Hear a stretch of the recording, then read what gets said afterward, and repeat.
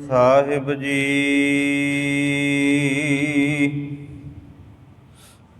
ਸਤਨਾਮ ਸ੍ਰੀ ਵਾਹਿਗੁਰੂ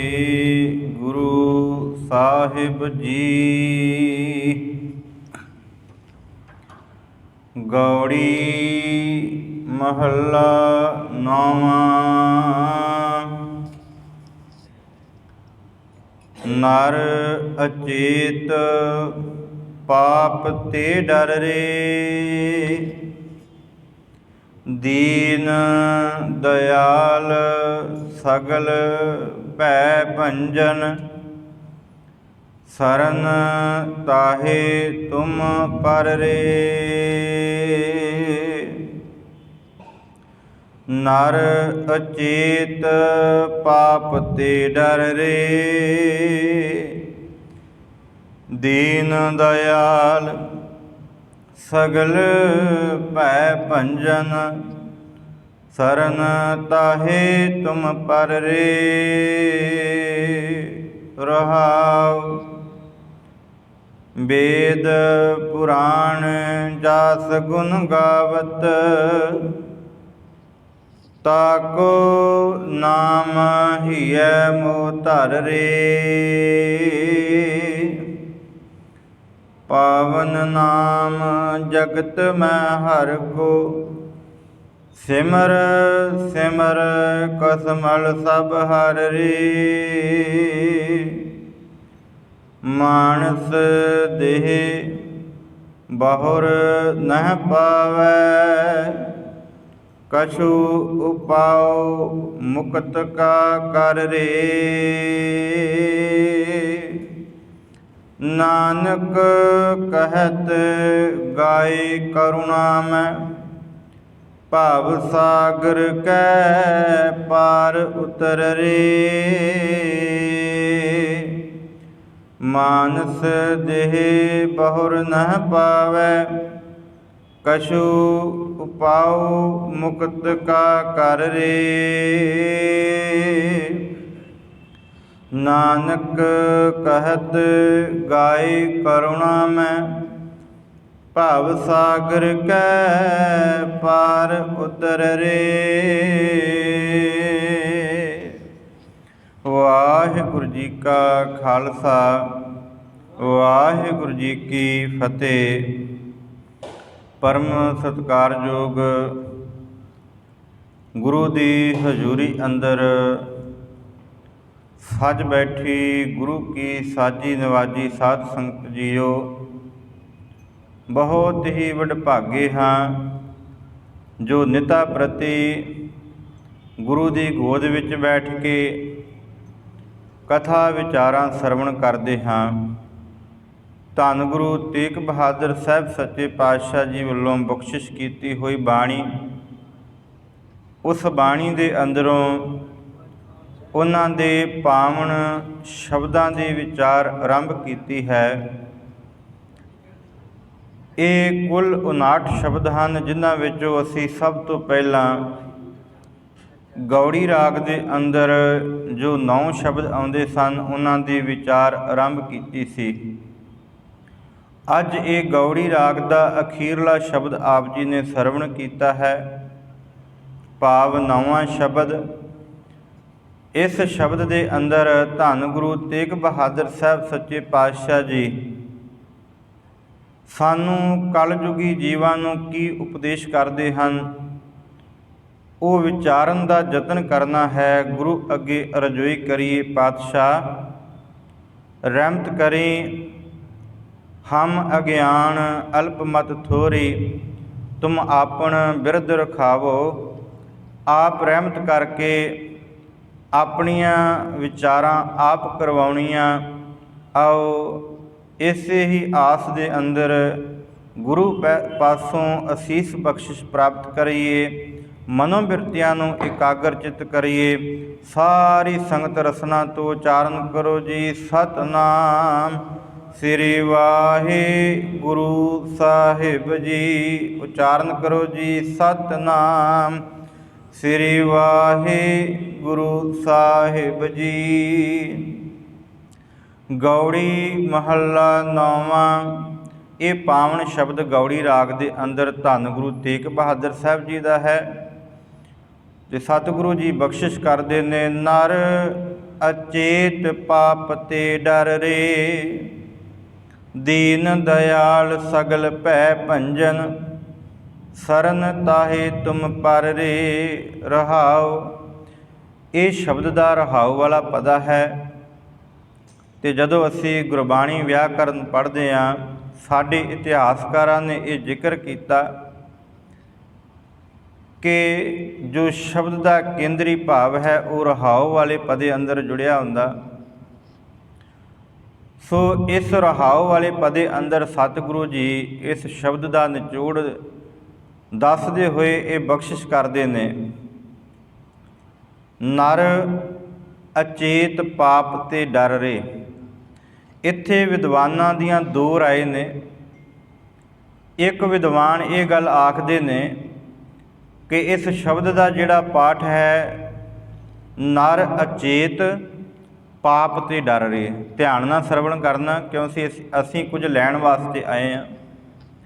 ਤੇ ਗੁਰੂ ਸਾਹਿਬ ਕਹਿੰਦੇ ਨੇ ਇੱਥੇ ਇੱਕ ਵਿਦਵਾਨਾਂ ਦੀ ਇਹ ਰਾਏ ਹੈ ਕਿ ਗੁਰੂ ਸਾਹਿਬ ਬਖਸ਼ਿਸ਼ ਕਰ ਰਹੇ ਨੇ ਕਿ ਹੇ ਅਚੇਤ ਮਨੁੱਖ, ਪਾਪ ਤੋਂ ਡਰ। ਤੂੰ ਭੁੱਲ ਜਾਣਾ ਏ, ਭੁੱਲ ਨਾ, ਜਿਹੜਾ ਪਾਪ ਕਰਨ ਡਿਆ ਇਸ ਪਾਪ ਤੋਂ ਦੂਰ ਹੋ ਜਾ, ਡਰ ਇਸ ਪਾਪ ਤੋਂ। ਇਹਨਾਂ ਵਿਦਵਾਨਾਂ ਦੇ ਵਿੱਚ ਪ੍ਰਮੁੱਖ ਪ੍ਰੋਫੈਸਰ ਸਾਹਿਬ ਸਿੰਘ ਜੀ ਨੇ। ਤੇ ਦੂਸਰੇ ਪ੍ਰਕਾਰ ਦੇ ਜਿਹੜੇ ਵਿਦਵਾਨ ਨੇ ਉਹ ਗੱਲ ਕਹਿੰਦੇ ਨੇ ਕਿ ਹੇ ਭਾਈ, ਸਤਿਗੁਰੂ ਨੇ ਇਹ ਬਖਸ਼ਿਸ਼ ਕੀਤੀ ਹੈ, ਨਰ ਅਚੇਤ ਪਾਪ ਤੇ ਡਰ ਰੇ। ਧਿਆਨ ਦਿਆ ਜੇ, ਪਹਿਲੀ ਗੱਲ ਕੀਤੀ ਹੈ ਕਿ ਹੇ ਅਚੇਤ ਮਨੁੱਖ, ਜਿਹੜਾ ਤੂੰ ਵਿਸਰ ਜਾਣਾ ਹੈ, ਹੇ ਮਨੁੱਖ ਪਾਪ ਤੇ ਡਰ ਰੇ। ਹੁਣ ਦੂਜੇ ਵਿਦਵਾਨ, ਕਿਉਂਕਿ ਇਹ ਸ਼ਬਦ ਜਿਹੜੇ ਲੜੀ ਚੱਲੀ ਹੈ ਨਾ ਸ਼ੁਰੂ ਤੋਂ, ਅਸੀਂ ਜਦੋਂ ਪਹਿਲਾ ਸ਼ਬਦ ਸਰਵਣ ਕੀਤਾ, ਸਾਧੂ ਮਨ ਕਾ ਮਾਨ ਤਿਆਗੂ, ਸਾਧੂ ਰਚਨਾ ਰਾਮ ਬਣਾਈ, ਮਾਈ ਕੋ ਭੂਲਿਓ ਮਨ ਸਮਝਾਵੇ। ਵੇਖੋ, ਇੱਕ ਸ਼ਬਦ ਨੂੰ ਸੰਬੋਧਨ ਕੀਤਾ, ਸਾਧੂ ਨੂੰ, ਮਾਈ ਨੂੰ। ਹੁਣ ਇੱਥੇ ਜਿਹੜਾ ਸੰਬੋਧਨੀ ਸ਼ਬਦ ਹੈ ਉਹ ਨਰ ਨੂੰ, ਮਨੁੱਖ ਨੂੰ ਕੀਤਾ। ਇਸ 9ਵੇਂ ਸ਼ਬਦ ਦੇ ਅੰਦਰ ਗੁਰੂ ਤੇਗ ਬਹਾਦਰ ਪਾਤਸ਼ਾਹ ਜੀ ਮਨੁੱਖ ਨੂੰ ਸੰਬੋਧਨ ਕਰਦੇ ਨੇ। ਪਹਿਲੇ ਸ਼ਬਦਾਂ ਦੇ ਅੰਦਰ ਸਤਿਗੁਰੂ ਜੀ ਉਹ ਸਾਧ ਨੂੰ, ਸਾਧੂਆਂ ਨੂੰ, ਉਹ ਭਲੇ ਪੁਰਸ਼ਾਂ ਨੂੰ ਜਿਹੜੇ ਬੰਦਗੀ ਕਰਨ ਵਾਸਤੇ ਇਸ ਪੈਂਡੇ ਦੇ ਉੱਤੇ ਚੱਲੇ ਨੇ, ਉਹਨਾਂ ਨੂੰ ਸੰਬੋਧਨ ਕੀਤਾ। ਫਿਰ ਇਹ ਵੀ ਬਖਸ਼ਿਸ਼ ਕੀਤੀ, ਹੇ ਪਾਤਸ਼ਾਹ, ਇਸ ਧਰਤੀ ਦੇ ਉੱਤੇ ਮਾਂ ਨੂੰ ਪੁਕਾਰ ਕਰਕੇ ਉਪਦੇਸ਼ ਕਰਦੇ ਨੇ ਕਿ ਮਾਂ, ਮੈਨੂੰ ਨਾਮ ਦਾ ਉਪਦੇਸ਼ ਦੇ, ਮੈਨੂੰ ਸਮਝਾ। ਹੁਣ ਇੱਥੇ ਮਨੁੱਖ ਨੂੰ ਸਮਝਾਉਂਦੇ ਪਏ ਨੇ, ਜਿਹੜਾ ਧਰਤੀ ਦੇ ਉੱਤੇ ਪੈਦਾ ਹੋਇਆ ਨਾ ਜੀਵ, ਜਿਹਦੇ ਵਿੱਚੋਂ ਸਭ ਤੋਂ ਉੱਤਮ ਹੈ ਮਨੁੱਖਾ ਜਨਮਤ, ਮਨੁੱਖ ਨੂੰ ਸਮਝਾਉਂਦੇ ਨੇ, ਹੇ ਨਰ ਅਚੇਤ ਪਾਪ ਤੇ ਡਰ ਰੇ। ਹੁਣ ਕਈ ਪਾਪ ਤਾਂ ਸਾਨੂੰ ਪਤਾ ਹੁੰਦਾ, ਕਿਸੇ ਨੇ ਕੋਈ ਜਾਨਵਰ ਵੱਢਣਾ ਹੋਵੇ ਤਾਂ ਸਾਨੂੰ ਪਤਾ ਹੁੰਦਾ ਭਾਈ ਇਹਨੂੰ ਹੁਣ ਵੱਢਣਾ ਤੇ ਇਹ ਪਾਪ ਆ। ਕਿਸੇ ਉੱਤੇ ਕਿਰਪਾਨ ਚਲਾਉਣੀ ਹੋਵੇ ਨਾ, ਕਿਰਪਾਨ, ਤੇ ਫਿਰ ਸਾਨੂੰ ਇਹ ਸਮਝ ਹੁੰਦੀ ਹੈ ਕਿ ਇਹ ਮਨੁੱਖ ਨੂੰ ਅਸੀਂ ਮਾਰਨ ਲੱਗੇ, ਇਹ ਪਾਪ ਕਰਨ ਲੱਗੇ ਹਾਂ। ਪਰ ਕੁਝ ਅਚੇਤ ਪਾਪ ਨੇ ਜਿਹੜੇ ਸਾਡੀ ਸਮਝ ਤੋਂ ਪਰੇ ਹੁੰਦੇ ਨੇ, ਜਿਹੜੇ ਸਾਡੇ ਚੇਤੇ ਵਿੱਚ ਨਹੀਂ ਹੁੰਦੇ, ਜਿਹੜੇ ਕਦੇ ਅਸੀਂ ਸਮਝੇ ਨਹੀਂ।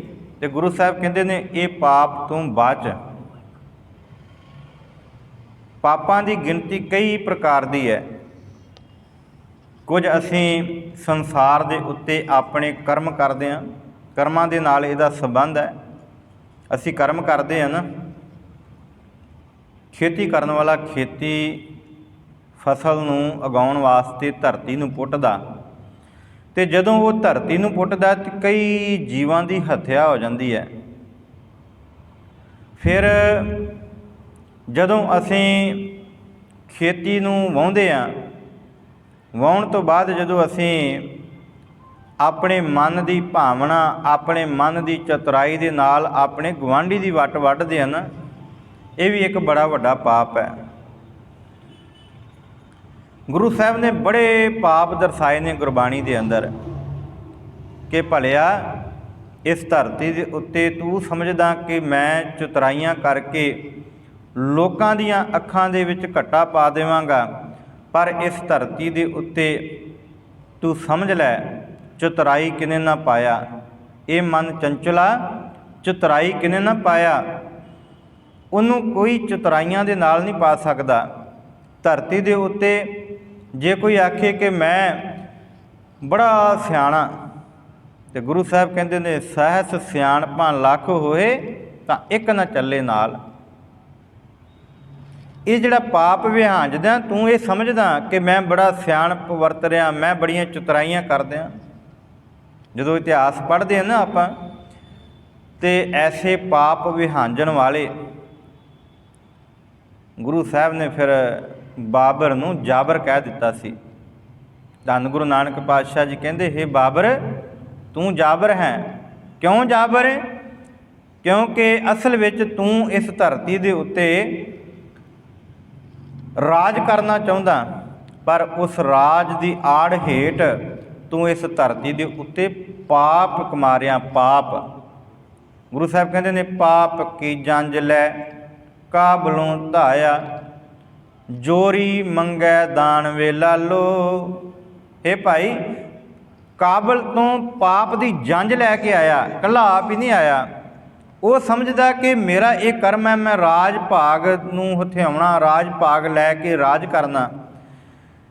ते इस धरती दे उत्ते फिर इन्ना पाप वध जांदा, इन्ना पाप का पसारा हो जाता, लोग कुरलाहट उठते हैं। तो गुरु नानक साहब जी नूं फिर कहना पैंदा कि हे बाबर तू पाप की जंज लैके आया, तू अपने सिपाहियां नूं नाल लैके नहीं आया, तू पाप की जंज लैके आया। तो गुरु साहब बख्शिश करते हैं कि इस धरती के उत्ते बड़े बड़े मनुख पे ने जिहड़े पाप विहांजदे ने। कुरलाहट हो गई। भाई गुरदास जी कहते कि इस धरती के उत्ते इन्ना पाप वध गया। कल आई कुत्ते मोही, खाज हुआ मुरदार गुसाई, ते राजे पाप कमावंदे उल्टी वाड़ खेत को खाई। भाई गुरदास जी कहते कला एक कला मनुख ही नहीं जिन्हें राज संभालना सी, जिन्हें वाड़ देनी सी अपने देश नूं। साडा देश है ना, साडा भारत देश है, तो भारत देश नूं वाड़ देण वास्ते असीं प्रधान मंत्री की चोण करते हैं। तो प्रधान मंत्री की चोण वास्ते फिर असीं पिंड तो सरपंच, पंच, MLA, MP कई जिहड़ियां ने वो कुर्सियां बना के अखीर उत्ते फिर असीं एक राज उत्ते बैठण वास्ते मंत्री नूं चुणदे हां, जिहदा अज दे समय विच नां रख दिता असीं प्रधान मंत्री। तो फिर जे प्रधानमंत्री राजगद्दी ते बैठ के अपनी ही जनता नूं वढण लग जाए तो भाई गुरदास जी कहते हैं कि भाई राजे पाप कमावंदे उल्टी वाड़ खेत को खाई। कहते फिर उल्टी वाड़ जिहड़ी है ना, वाड़ दिती हुई सी संसार नूं, वो फिर पाप विहांजन लग पिया। धन दे लालच विच चतुराइयां करन लग पिया भी शायद मैनूं कोई नहीं पछाणदा। पर इस धरती दे उत्ते हे भाई जिहड़े सच धर्मी ने वो इस संसार दे उत्ते आवाज़ दिंदे ने, होका दिंदे ने कि भाई इस धरती दे उत्ते पाप ना विहांज। वो ये समझाउंदे ने कि मत तू भुल, क्योंकि जिहड़ी तेरे अगे प्रजा इस पाप नूं हंडा रही है ना, इस दुख नूं हंडा रही है, वो अज्ञानता दे हनेरे विच फसी हुई है। प्रजा अंधी ज्ञान बिन कूड़ कुसत मुखों लाई होया ना साडा हाल। कोई कहंदा फलाना माड़ा है, कोई कहंदा धमकाना माड़ा है। तो जदों असी फिर अपने देश नूं रखिया देण वास्ते कोई मंत्री की उपाधि चुनते हैं, फिर उहदे विच साडीआं धड़ेबंदियां हो जांदियां, उत्थे साडी सोचनी बंद हो जाती है, साडी सोचण शक्ति खत्म हो जाती है। फिर असीं अपने धड़े दे नाल जिहड़ा वा जुड़ के तो फिर अगे तुरदे हैं, तो फिर साडे देश का बेड़ा गर्क हो जाता। फिर ऐसे महान गुरु साहिबानां नूं जिहड़ा वा ये कहना पैंदा कि पाप की जंज लै काबलों धाया, जोरी मंगै दान वेला लो। मंगदे है ना जबरदस्ती। किन्ने को असीं अज दे समय विच जिहड़ा वा वो सरकार नूं टैक्स दे रहे हैं, ये जबरदस्ती है। ਇਨਸਾਨ ਦੇ ਨਾਲ ਜ਼ਬਰਦਸਤੀ ਹੈ। ਤੇ ਅੱਜ ਦੇ ਸਮੇਂ ਦੇ ਵਿੱਚ ਗੁਰੂ ਤੇਗ ਬਹਾਦਰ ਸਾਹਿਬ ਸੱਚੇ ਪਾਤਸ਼ਾਹ ਜੀ ਸਮਝਾਉਂਦੇ ਨੇ, ਹੇ ਨਰ ਅਚੇਤ ਪਾਪ ਤੇ ਡਰ ਰਹੇ। ਇਹ ਸੁੱਤੇ ਸਿੱਧ ਪਾਪ ਹੈ, ਜਿਹੜਾ ਤੇਰੇ ਚਿੱਤ ਵਿੱਚ ਵੀ ਨਹੀਂ, ਜਿਹੜਾ ਤੇਰੇ ਦਿਮਾਗ ਵਿੱਚ ਵੀ ਨਹੀਂ ਆਉਂਦਾ। ਫਿਰ ਮੈਂ ਆਪ ਜੀ ਨੂੰ ਦੱਸਾਂ ਕਿ ਦੋ ਇਹਦੇ ਸ਼ਬਦ ਦੇ ਅਰਥ ਬਣਦੇ ਨੇ। ਇੱਕ ਵਿਦਵਾਨਾਂ ਨੇ ਕੀਤੇ ਨੇ ਨਰ ਅਚੇਤ ਪਾਪ ਤੇ ਡਰ ਰਹੇ। ਇੱਕ ਇਹ ਸ਼ਾਬਦਿਕ ਅਰਥ ਹੈ ਇਹਦਾ, ਹੇ ਅਚੇਤ ਮਨੁੱਖ ਪਾਪ ਤੋਂ ਡਰ, ਕਿਉਂਕਿ ਪਾਪ ਬਹੁਤ ਮਾੜਾ ਹੁੰਦਾ। ਤੇ ਦੂਜਾ ਜਿਹੜਾ ਸ਼ਬਦ ਹੈ ਨਾ, ਗੁਰੂ ਸਾਹਿਬ ਕਹਿੰਦੇ ਨੇ, ਜਿਹੜੇ ਦੂਜੇ ਵਿਦਵਾਨਾਂ ਨੇ, ਦੂਸਰੇ ਵਿਦਵਾਨਾਂ ਨੇ ਜਿਹੜਾ ਅਰਥ ਕੀਤਾ, ਨਰ ਅਚੇਤ ਪਾਪ ਤੇ ਡਰ ਰਹੇ। ਜਿਹੜਾ ਪਾਪ ਤੈਨੂੰ ਚੇਤੇ ਵਿੱਚ ਵੀ ਨਹੀਂ, ਤੇਰੇ ਦਿਮਾਗ ਵਿੱਚ ਵੀ ਨਹੀਂ ਨਾ ਆਉਂਦਾ, ਤੂੰ ਉਸ ਪਾਪ ਤੋਂ ਵੀ ਡਰ। ਕਿਉਂ? ਕਿਉਂਕਿ ਇਸ ਧਰਤੀ ਦੇ ਉੱਤੇ ਪਾਪ ਵਿਹਾਂਜਣ ਵਾਲੇ ਨੂੰ ਗੁਰੂ ਦੀ ਦਰਗਾਹ ਵਿੱਚ, ਪਰਮਾਤਮਾ ਦੇ ਦਰ ਉੱਤੇ ਜਦੋਂ ਤੇਰਾ ਲੇਖਾ ਹੋਣਾ, ਫਿਰ ਉੱਥੇ ਥਾਂ ਕੋਈ ਨਹੀਂ। ਇਸ ਲਈ ਹੇ ਭਾਈ ਡਰ, ਉਸ ਪਾਪ ਤੋਂ ਡਰ, ਕਿਉਂਕਿ ਪਾਪ ਵਿਹਾਂਜਦਿਆਂ ਕਈ ਵਾਰ ਧਰਮੀ ਮਨੁੱਖ, ਇੱਕ ਸੰਸਾਰੀ ਕਰਮ ਕਰਨ ਵਾਲਾ ਮਨੁੱਖ ਪਾਪ ਵਿਹਾਂਜਦਾ, ਅਤੇ ਧਰਮ ਵੱਲ ਵੀ ਜਿਹੜਾ ਵਾ ਨਾ, ਧਰਮੀ ਮਨੁੱਖ ਵੀ ਬੜੇ ਪਾਪ ਵਿਹਾਂਜਦਾ। ਹੁਣ ਧਰਮ ਦਾ ਪਹਿਰਾਵਾ ਪਾ ਲਿਆ ਅਤੇ ਤੋਲਦਾ ਇੱਕ ਕੁਫਰ, ਧਰਮ ਦਾ ਪਹਿਰਾਵਾ ਪਾ ਲਿਆ ਅਤੇ ਮੇਰੇ ਵਰਗਾ ਫਿਰ ਆਖਦਾ ਕਿ ਭਾਈ ਹੁਣ ਪ੍ਰੋਗਰਾਮ ਆ ਗਿਆ ਜੀ, ਮੈਂ ਪ੍ਰਬੰਧਕ ਕਮੇਟੀ ਫਸਾ ਲਈ, ਇੰਨੇ ਪੈਸੇ ਮੈਨੂੰ ਦੇਣੇ ਹੀ। ਅਤੇ ਫਿਰ ਉਹਦੇ ਵਿੱਚ ਜਿਹੜਾ, ਹਾਂ ਠੀਕ ਹੈ, ਧਰਮ ਪ੍ਰਚਾਰਕਾਂ ਦਾ ਜਿਹੜਾ ਵਾ ਉਹ ਸਤਿਕਾਰ ਕਰਨਾ ਗੁਰੂ ਕੇ ਸਿੱਖਾਂ ਦਾ, ਗੁਰੂ ਕੇ ਪਿਆਰਿਆਂ ਦਾ ਫਰਜ਼ ਬਣਦਾ। ਇਤਿਹਾਸ ਵਿੱਚ ਬੜੀਆਂ ਐਸੀਆਂ ਮਿਸਾਲਾਂ ਨੇ, ਮੈਂ ਉਹਦੇ ਵੱਲ ਨਾ ਜਾਵਾਂ। ਗੁਰੂ ਸਾਹਿਬਾਨਾਂ ਨੇ ਬੜੇ ਨਿਵਾਜੇ ਆਪਣੇ ਪ੍ਰਚਾਰਕ, ਆਪਣੇ ਕਵੀ, ਪਰ ਸਾਡੇ ਮਨ ਦੀ ਭਾਵਨਾ ਐਸੀ ਹੋ ਗਈ, ਹੁਣ ਧਰਮੀ ਪੁੱਤ ਫਿਰ ਪਹਿਰਾਵਾ ਪਾ ਲੈਂਦਾ ਅਤੇ ਕਿਸ ਤਰ੍ਹਾਂ ਦਾ ਹੋ ਜਾਂਦਾ। ਗੁਰ ਇਤਿਹਾਸ ਵੱਲ ਝਾਤੀ ਮਾਰੀਏ ਨਾ, ਜੇ ਹੁਣ ਸੱਜਣ ਨੇ ਵੀ ਪਹਿਰਾਵਾ ਅਤੇ ਧਾਰਮਿਕ ਹੀ ਪਾਇਆ ਸੀ ਨਾ, ਲਿਬਾਸ ਧਰਮ ਵਾਲਾ ਸੀ। ਲੋਕ ਦੂਰੋਂ ਚੱਲ ਕੇ ਆਉਂਦੇ ਸੀ, ਕਹਿੰਦੇ ਸੀ ਕਿ ਭਾਈ ਜੇ ਰੁਕਣਾ ਹੈ ਤਾਂ ਜਾ ਕੇ ਸੱਜਣ ਦੀ ਸਰਾਂ ਵਿੱਚ ਰੁਕ, ਉਹਦੀ ਸਰਾਂ ਬੜੀ ਸੋਹਣੀ ਹੈ, ਉਹ ਮਨੁੱਖ ਬੜਾ ਧਰਮੀ ਹੋ। ਪਰ ਜਿਹੜਾ ਉਹਦੀ ਸਰਾਂ ਵਿੱਚ ਜਾ ਕੇ ਠਹਿਰ ਜਾਂਦਾ ਸੀ, ਫਿਰ ਉਹਦਾ ਧਨ ਵੀ ਚਲਾ ਜਾਂਦਾ ਸੀ ਅਤੇ ਫਿਰ ਉਹਦੀ ਜਾਨ ਵੀ ਚਲੀ ਜਾਂਦੀ ਸੀ। ਸੱਜਣ ਉਹਦੇ ਧਨ ਨੂੰ ਵੀ ਲੁੱਟਦਾ ਸੀ ਅਤੇ ਉਹਦੇ ਤਨ ਨੂੰ ਵੀ ਖਤਮ ਕਰ ਦਿੰਦਾ ਸੀ, ਮਾਰ ਮਾਰ ਕੇ ਸੁੱਟੀ ਜਾਂਦਾ ਸੀ। ਖੂਹ ਭਰ ਲਿਆ ਉਹਨੇ। ਅਤੇ ਗੁਰੂ ਨਾਨਕ ਪਾਤਸ਼ਾਹ ਜੀ ਫਿਰ ਉੱਥੇ ਗਏ ਅਤੇ ਫਿਰ ਉੱਥੇ ਵੀ ਆਖਿਆ ਸੀ, ਐ ਸੱਜਣ ਹੈ ਕੋਈ ਤੇਰੇ ਨਾਲ ਨਿਭਣ ਵਾਲਾ, ਜਿਹਦੀ ਖਾਤਰ ਤੂੰ ਇਹ ਧਨ ਕਮਾਉਂਦਾ ਪਿਆ। ਤੂੰ ਧਨ ਤੇ ਕਮਾ ਲਿਆ, ਪਰ ਪ੍ਰਮਾਤਮਾ ਦਾ ਨਾਮ ਧਨ ਨਹੀਂ ਕਮਾਇਆ। ਤੇਰੀ ਇਹ ਕੀਤੀ ਹੋਈ ਕਮਾਈ ਹੁਣ ਧਰਮ ਦੀ ਨਹੀਂ, ਤੂੰ ਲੋਕਾਂ ਨੂੰ ਝੂਠ ਬੋਲ ਕੇ, ਕੁਫਰ ਤੋਲ ਕੇ, ਆਪਣੇ ਮਨ ਦੀਆਂ ਚੁਤਰਾਈਆਂ ਕਰਕੇ ਇਹਨਾਂ ਲੋਕਾਂ ਨੂੰ ਠੱਗ ਲਿਆ ਅਤੇ ਠੱਗ ਕੇ ਇਹਨਾਂ ਨੂੰ ਖਤਮ ਕਰ ਦਿੱਤਾ। ਇਹ ਤੇਰੀ ਕਮਾਈ ਜਿਹੜੀ ਪਾਪ ਦੀ ਹੈ। ਤੂੰ ਸਮਝਦਾ ਮੈਂ ਧਰਮ ਦਾ ਕਰਮ ਕਰਦਾ, ਲੋਕ ਉਸ ਪਹਿਰਾਵੇ ਨੂੰ ਵੇਖ ਕੇ ਤੈਨੂੰ ਸਮਝਦੇ ਕਿ ਤੂੰ ਬੜਾ ਧਾਰਮਿਕ ਹੈ। ਪਰ ਹੇ ਭਾਈ, ਇਸ ਸੰਸਾਰ ਦੇ ਉੱਤੇ ਇਹ ਅਚਣ ਅਚੇਤ ਜਿਹੜਾ ਕਰਮ ਹੋ ਰਿਹਾ, ਇਹ ਪਾਪ ਹੈ। ਇਹਨੂੰ ਵਿਹਾਂਜ ਨਾ, ਇਹਨੂੰ ਇਕੱਠਾ ਨਾ ਕਰ। ਅਤੇ ਗੁਰੂ ਸਾਹਿਬ ਕਹਿੰਦੇ ਨੇ, ਹੇ ਭਾਈ ਇਸ ਪਾਪ ਤੋਂ ਭੱਜ। ਨਰ ਅਚੇਤ ਪਾਪ ਤੇ ਡਰ ਰਹੇ। ਇਸ ਪਾਪ ਤੋਂ ਜਿਹੜਾ ਵਾ ਉਹ ਡਰ, ਇਸ ਪਾਪ ਤੋਂ ਭੱਜ, ਇਸ ਪਾਪ ਤੋਂ ਦੂਰ ਹੋ ਜਾ। ਕਿਉਂ? ਕਿਉਂਕਿ ਇਸ ਸੰਸਾਰ ਦੇ ਉੱਤੇ ਪਾਪ ਵਿਹਾਂਜਣ ਵਾਲੇ ਨੂੰ ਕੋਈ ਥਾਂ ਨਹੀਂ। ਫਿਰ ਕਰਨਾ ਕੀ ਹੈ? ਸਤਿਗੁਰੂ ਜੀ ਕਹਿੰਦੇ ਨੇ, ਦੀਨ ਦਇਆਲ ਸਗਲ ਪੈ ਪੰਜਨ, ਸਰਨ ਤਾਹੇ ਤੁਮ ਪਰ ਰੇ। ਹੇ ਭਾਈ, ਦੀਨ ਦਇਆਲ ਜਿਹੜਾ ਗਰੀਬਾਂ ਉੱਤੇ ਦਇਆ ਕਰਦਾ। ਮਤਾਂ ਅਸੀਂ ਚਾਰ ਕੁ ਵੱਡਿਆਂ ਦੀ ਸੇਵਾ ਕਰ ਲਈਏ ਅਤੇ ਆਖੀਏ ਕਿ ਵਾਹ ਭਈ ਵਾਹ, ਮੈਂ ਇਹਦੀ ਉਸਤਤ ਖੱਟ ਲਈ। ਗੁਰੂ ਸਾਹਿਬ ਕਹਿੰਦੇ ਨੇ, ਉਹ ਪਰਮਾਤਮਾ ਜਿਹਦੇ ਵਰਗਾ ਤੂੰ ਬਣਨਾ ਨਾ, ਜਿਹਦੀ ਸ਼ਰਨ ਵਿੱਚ ਹੁਣ ਜਾਣਾ ਹੀ, ਜਿਹਦਾ ਨਾਮ ਵਿਹਾਂਜਣਾ, ਆ ਮੈਂ ਤੈਨੂੰ ਉਹਦੀ ਤਸਵੀਰ ਵਿਖਾਵਾਂ। ਉਹ ਤੇ ਦੀਨਾਂ ਉੱਤੇ, ਗਰੀਬਾਂ ਉੱਤੇ ਜਿਹੜੀ ਉਹ ਦਇਆ ਕਰਦਾ ਹੈ, ਉਹ ਤੇ ਇਹ ਗੱਲ ਆਖਦਾ ਹੈ ਕਿ ਨੀਚਾਂ ਅੰਦਰ ਨੀਚ ਜਾਤ, ਨੀਚੀ ਹੂੰ ਅਤ ਨੀਚ, ਨਾਨਕ ਤਿਨ ਕੈ ਸੰਗ ਸਾਥ, ਵੱਡਿਆਂ ਸਿਉ ਕਿਆ ਰੀਸ। ਉਹ ਤੇ ਇਹ ਗੱਲ ਆਖਦਾ ਹੈ ਕਿ ਜਿੱਥੇ ਨੀਚ ਸੰਭਾਲੀਆਂ ਤਿੱਥੈ ਨਦਰ ਤੇਰੀ ਬਖਸ਼ੀਸ। ਇਹ ਭਾਈ ਉੱਥੇ ਉਹਦੀ ਨਦਰ ਹੈ, ਉਹਦੀ ਉੱਥੇ ਬਖਸ਼ਿਸ਼ ਹੈ। ਐਸਾ ਪਰਮਾਤਮਾ ਜਿਹੜਾ ਹੈ ਦੀਨ ਦਿਆਲ, ਗਰੀਬਾਂ ਉੱਤੇ ਦਇਆ ਕਰਨ ਵਾਲਾ, ਸਗਲ ਭੈ ਭੰਜਨ, ਜਿਹੜਾ ਤੇਰੇ ਅੰਦਰ ਦਾ ਡਰ ਹੈ ਨਾ, ਭੈ ਡਰ, ਉਹ ਸਾਰਾ ਤੇਰਾ ਡਰ ਜਿਹੜਾ ਉਹ ਨਾਸ਼ ਕਰਨ ਦੇ ਸਮਰੱਥ ਹੈ। ਐਸੇ ਪਰਮਾਤਮਾ ਦੀ ਸ਼ਰਨ ਤਾਹੇ ਤੁਮ ਪਰ ਰੇ। ਭਾਈ ਉਹਦੀ ਸ਼ਰਨ ਵਿੱਚ ਆ ਜਾ, ਉਹਦੀ ਸ਼ਰਨ ਤੱਕ, ਉਹਦੀ ਸ਼ਰਨ ਲਿਆ। ਇਸ ਸੰਸਾਰ ਦੇ ਉੱਤੇ ਤੇਰੇ ਮਨ ਦੇ ਅੰਦਰ ਦਾ ਡਰ, ਤੇਰੇ ਮਨ ਦੇ ਅੰਦਰ ਦਾ ਭਉ ਖਤਮ ਹੋ ਜਾਵੇਗਾ ਅਤੇ ਤੂੰ ਫਿਰ ਉਹਦੇ ਭੈ ਭਾਵਨੀ ਦੇ ਵਿੱਚ, ਉਹਦੇ ਹੁਕਮ ਦੇ ਵਿੱਚ, ਉਹਦੇ ਪ੍ਰੇਮ ਦੇ ਵਿੱਚ ਜਿਹੜਾ ਵਾ ਰਹਿ ਕੇ ਉਹਦੀ ਬੰਦਗੀ ਕਰੇਗਾ। ਇਸ ਸੰਸਾਰ ਦੇ ਉੱਤੇ ਤੂੰ ਉਹਦਾ ਨਾਮ ਵਿਹਾਜੇਗਾ। ਇਹ ਸਤਿਗੁਰੂ ਜੀ ਫਿਰ ਅੱਗੇ ਬਖਸ਼ਿਸ਼ ਕਰਦੇ ਨੇ, ਵੇਦ ਪੁਰਾਣ ਜਾਸ ਗੁਣ ਗਾਵਤ, ਤਾਕੋ ਨਾਮ ਹੀਏ ਮੋਹ ਧਰ ਰੇ। ਹੁਣ ਇੱਥੇ ਧਰਮ ਗ੍ਰੰਥਾਂ ਦੀ ਗੱਲ ਆਈ ਹੈ।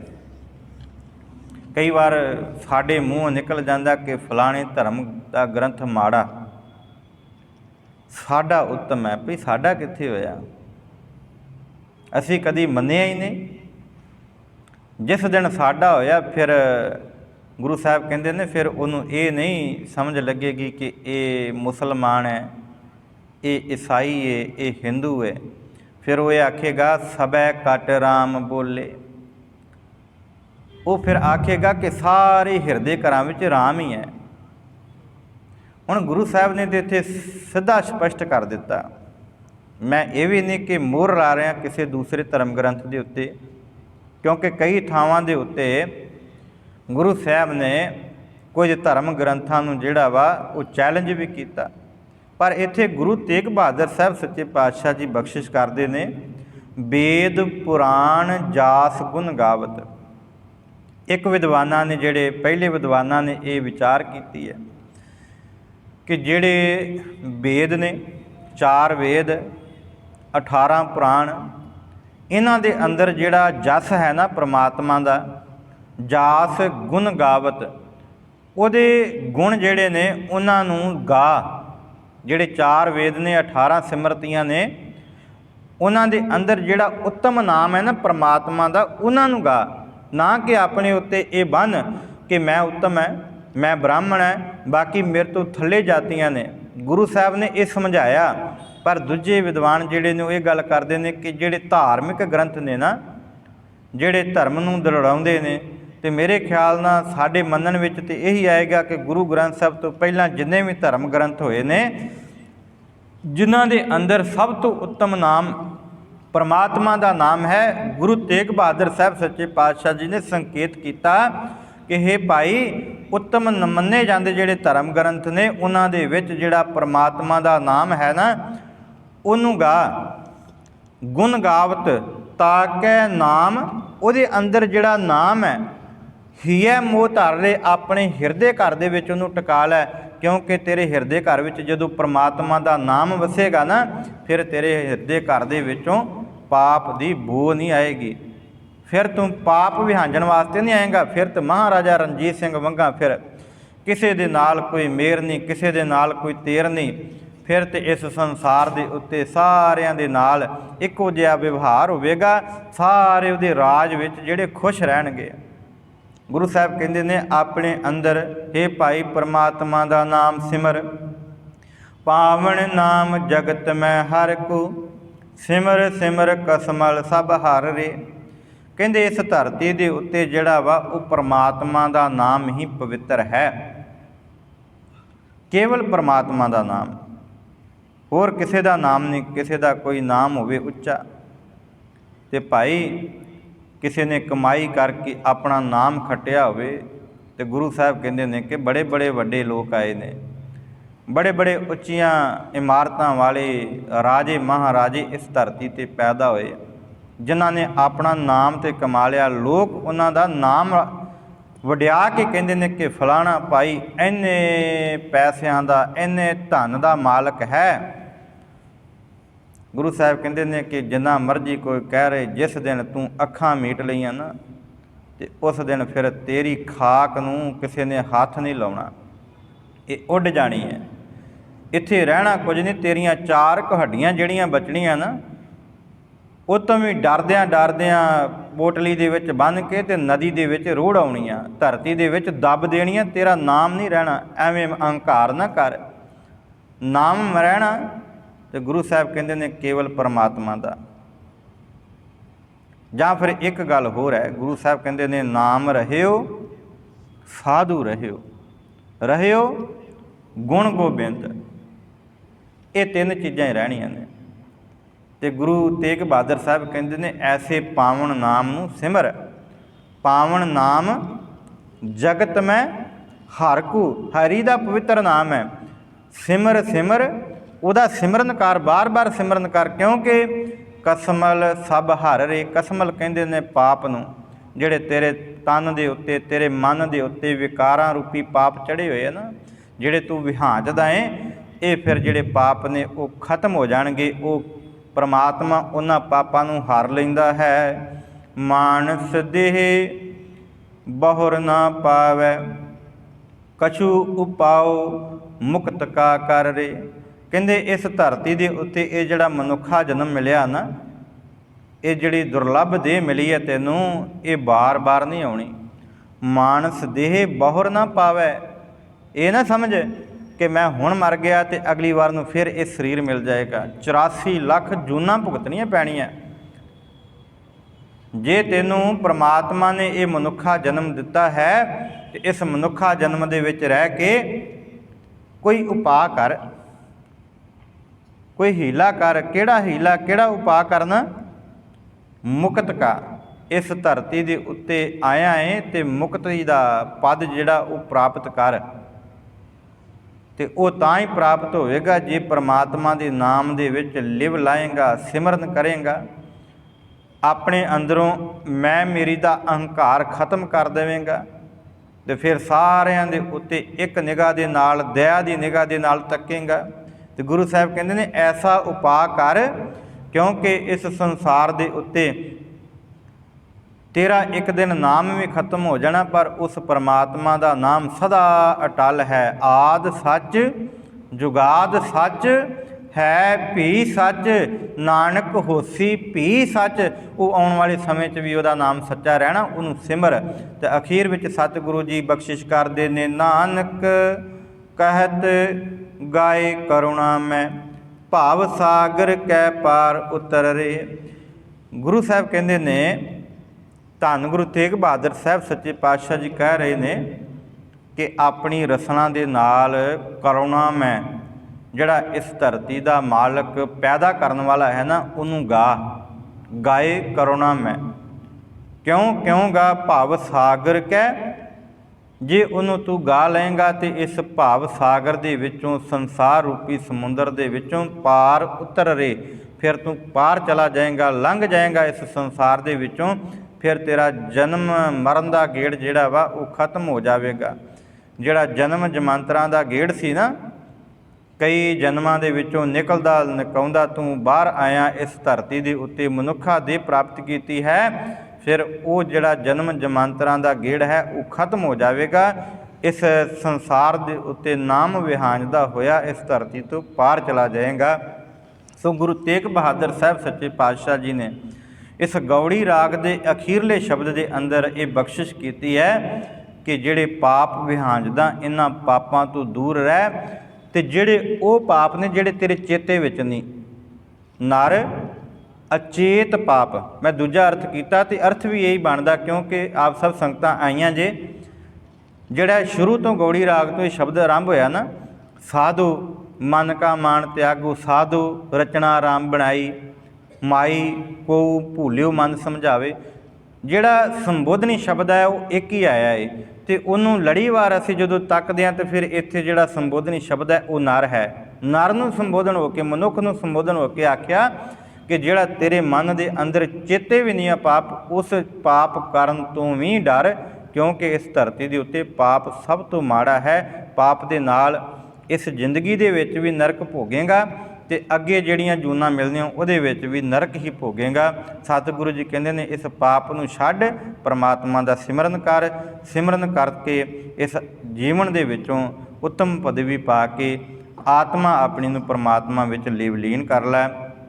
ਸੋ ਹੋਈਆਂ ਭੁੱਲਾਂ ਦੀ ਖਿਮਾ ਸਮੇਂ ਦੀ ਸਮਾਪਤੀ ਹੈ। ਆਪ ਸਭ ਸੰਗਤਾਂ ਦਾ ਧੰਨਵਾਦ, ਸਮੂਹ ਸੰਗਤਾਂ ਦਾ ਧੰਨਵਾਦ ਜਿਨ੍ਹਾਂ ਨੇ ਇਸ ਮਹਾਨ ਕਾਰਜ ਦੇ ਵਿੱਚ ਆਣ ਕੇ ਰੋਜ਼ਾਨਾ ਨਿੱਤਾ ਪ੍ਰਤੀ ਹਾਜ਼ਰੀਆਂ ਭਰ ਕੇ ਗੁਰੂ ਸ਼ਬਦ ਦੇ ਲਾਹਾਂ ਨੂੰ ਪ੍ਰਾਪਤ ਕਰਦੀਆਂ ਜੇ। ਪ੍ਰਬੰਧਕ ਕਮੇਟੀਆਂ ਦਾ ਜੋ ਸਤਿਕਾਰਯੋਗ ਸਾਡੇ ਪ੍ਰਧਾਨ ਸਾਹਿਬ ਸਰਦਾਰ ਅਵਤਾਰ ਸਿੰਘ ਜੀ, ਸਾਡੇ ਸਰਦਾਰ ਵੀਰ ਜੀ ਅਮਰੀਕ ਸਿੰਘ ਜੀ, ਉਹਨਾਂ ਦੇ ਸਮੁੱਚੇ ਮੈਨੂੰ ਪੂਰੇ ਨਾਮ ਯਾਦ ਨਹੀਂ, ਪਰ ਬੜਾ ਵੱਡਾ ਉਪਰਾਲਾ ਹੈ ਗੁਰੂ ਗੋਬਿੰਦ ਸਿੰਘ ਜੀ ਵੈਲਫੇਅਰ ਟਰਸਟ ਦਾ ਕਿ ਸਮੁੱਚੀਆਂ ਬੜੌਦੇ ਦੀਆਂ ਸੰਗਤਾਂ ਨੂੰ ਇੱਕ ਕਲਾਵੇ ਵਿੱਚ ਲੈਣਾ। ਜਿੰਨੀਆਂ ਵੀ ਗੁਰਦੁਆਰਾ ਪ੍ਰਬੰਧਕ ਕਮੇਟੀਆਂ ਨੂੰ ਇੱਕੋ ਪਲੇਟਫਾਰਮ 'ਤੇ ਖੜ੍ਹਾ ਕਰਕੇ ਸਾਰਿਆਂ ਨੂੰ ਆਪਸੀ ਭਾਈਚਾਰਕ ਸਾਂਝ ਬਣਾ ਕੇ ਮਿਲ ਵਰਤਣ ਦੀ ਜਿਹੜੀ ਉਹ ਜਾਚ ਸਿਖਾ ਕੇ ਤੇ ਇਹ ਸਾਰਾ ਵੱਡਾ ਮਹਾਨ ਉਪਰਾਲਾ ਕੀਤਾ ਹੈ ਕਿ ਸਭ ਤੋਂ ਪਹਿਲਾਂ ਜੋ ਨਾਨਕ ਨਗਰ ਗੁਰਦੁਆਰਾ ਹੈ, ਗੁਰੂ ਨਾਨਕ ਦਰਬਾਰ, ਉੱਥੇ ਕਥਾ ਆਰੰਭ ਕਰਵਾਈ। ਹੁਣ ਗੁਰਦੁਆਰਾ ਗੁਰੂ ਗੋਬਿੰਦ ਸਿੰਘ ਜੀ ਛਾਣੀ ਵਿਖੇ ਇਹ ਕਥਾ ਦਾ ਆਰੰਭ ਕਰਵਾਇਆ ਹੈ ਅਤੇ ਨਾਲ ਹੀ ਜੋ ਗੁਰਦੁਆਰਾ ਇਤਿਹਾਸਕ ਅਸਥਾਨ ਹੈ ਨਾਨਕਵਾੜੀ, ਉੱਥੇ ਵੀ ਇਹ 31 ਤਰੀਕ ਤੋਂ ਲੜੀਵਾਰ ਜਿਹੜੀ ਕਥਾ ਵਿਚਾਰ ਚੱਲਣੀ ਹੈ। ਬੜਾ ਵੱਡਾ ਉਪਰਾਲਾ ਹੈ, ਆਪ ਸਭ ਸੰਗਤਾਂ ਦੇ ਸਹਿਯੋਗ ਦੇ ਨਾਲ ਹੀ ਚੱਲੇਗਾ। ਸੋ ਸਾਰਿਆਂ ਦਾ ਤਹਿ ਦਿਲੋਂ ਧੰਨਵਾਦ। ਗੁਰੂ ਸਾਹਿਬ ਕਿਰਪਾ ਕਰਨ ਇਸੇ ਤਰ੍ਹਾਂ ਹੀ ਅਸੀਂ ਲੜੀਵਾਰ ਕਥਾ ਵਿੱਚ ਹਾਜ਼ਰੀਆਂ ਭਰੀਏ।